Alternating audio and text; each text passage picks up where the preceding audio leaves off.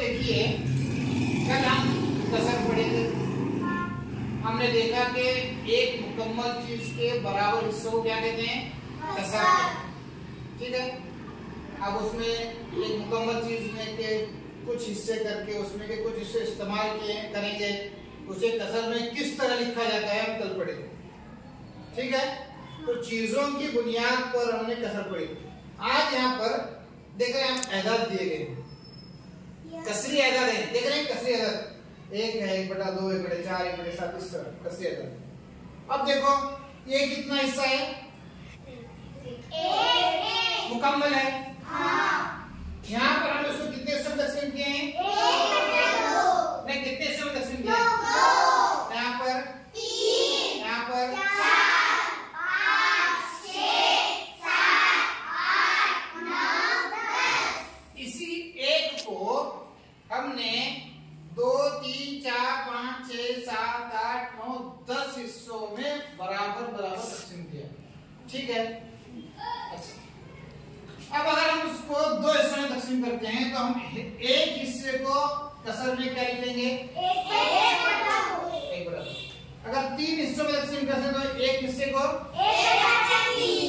4 हिस्सों में तकसीम करते हैं तो एक हिस्से को 1/4। 5 हिस्सों में तकसीम करते हैं तो एक हिस्से को 1/5। 6 हिस्सों में तकसीम करते हैं तो एक हिस्से को 1/6। 7 हिस्सों में तकसीम करते हैं तो एक हिस्से को 1/7। अगर 8 हिस्सों में तकसीम करते हैं तो एक हिस्से को 1/8। 9 हिस्सों में तकसीम करते हैं तो एक हिस्से को 1/9। इसी तरह 10 हिस्सों में तकसीम करते हैं तो एक हिस्से को 1/10। ठीक है, अब देखिए 1 बड़ा है कि 1/2 बड़ा? 1 बड़ा। 1/2 बड़ा या 1/3 बड़ा? 1/2 बड़ा, क्योंकि 2 हिस्सों का हिस्सा है। 1/4 बड़ा क्या 1/7 बड़ा? 1/4। अब यहाँ पर देखिए थोड़ा मैं आप यहाँ पर समझना आसान है।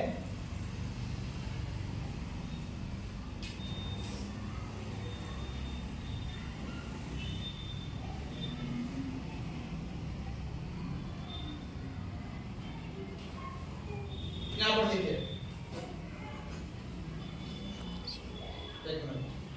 अब देखिए तरतीब देख रहे हैं, एक इतना बड़ा है, 1/2, 1/3, 1/4, 1/5, 1/6, 1/7, 1/8, यानी हमने सिर्फ एक हिस्सा लिया है। अब आप देख सकते हैं तरतीब सबसे ऊंचा क्या लिख रहा है? 1, उससे थोड़ा कम 2, 1/2। 2 का मतलब फिर मुकम्मल 2 होते हैं, 2 नहीं बनेगा। 1/2, 1/3,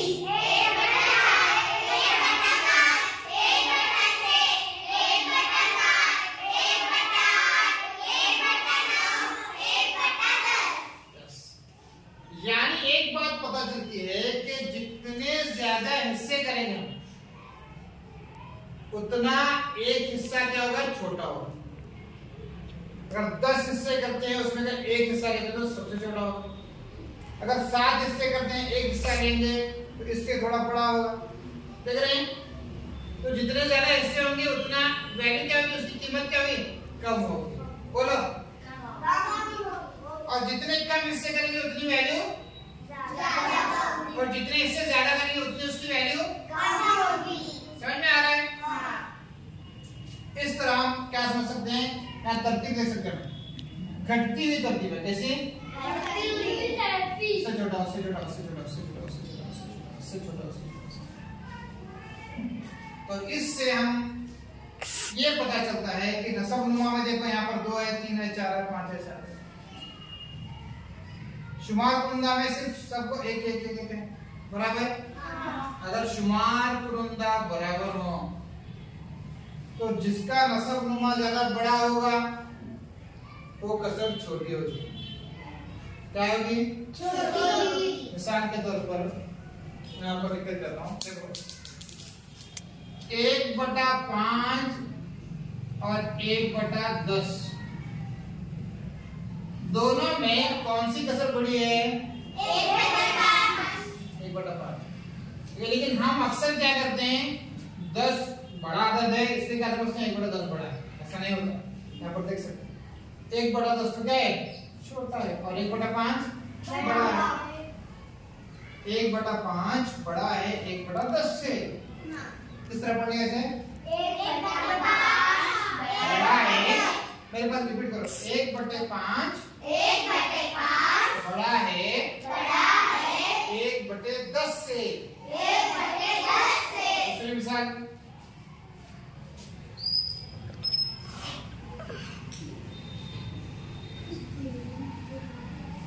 अब 1/3 और 1/7 में कौन सा बड़ा है, तो उसे कैसा पढ़ेंगे, 1/3 बड़ा है 1/7 से।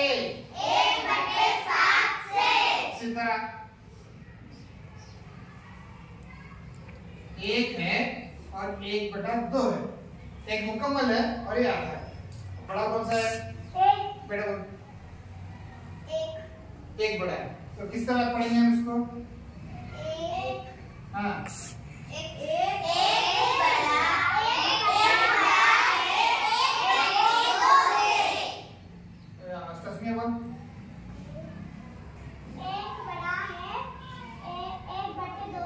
Very good. अब यहाँ पर देखो 1/4 और 1/9। हाँ 1/9 और 1/4 है। 1/9 1/4 से बड़ा है या 1/9 1/4 से छोटा है, आप बताओ सर, बोलो।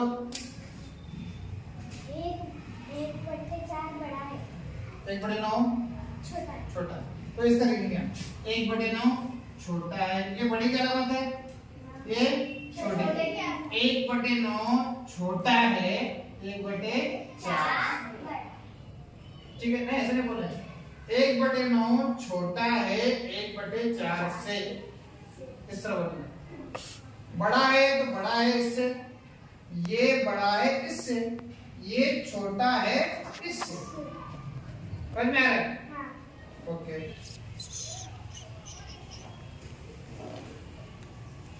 1/5 और 1/8 और 1/5 है। शिफा बोल बेटा, 1/8 क्या है, किससे, तो 1/8 छोटा है 1/5 से। 1/8 छोटा है 1/5 से। पढ़ने आना है सब, हाँ तो समझ में आया, कैसा समझ में आई, कितने हिस्से कर सकते, कितने भी चाहे हिस्से कर सकते हैं, 10 कर सकते हैं, 100 कर सकते हैं, एक चीज में 100 हिस्से कर सकते हैं।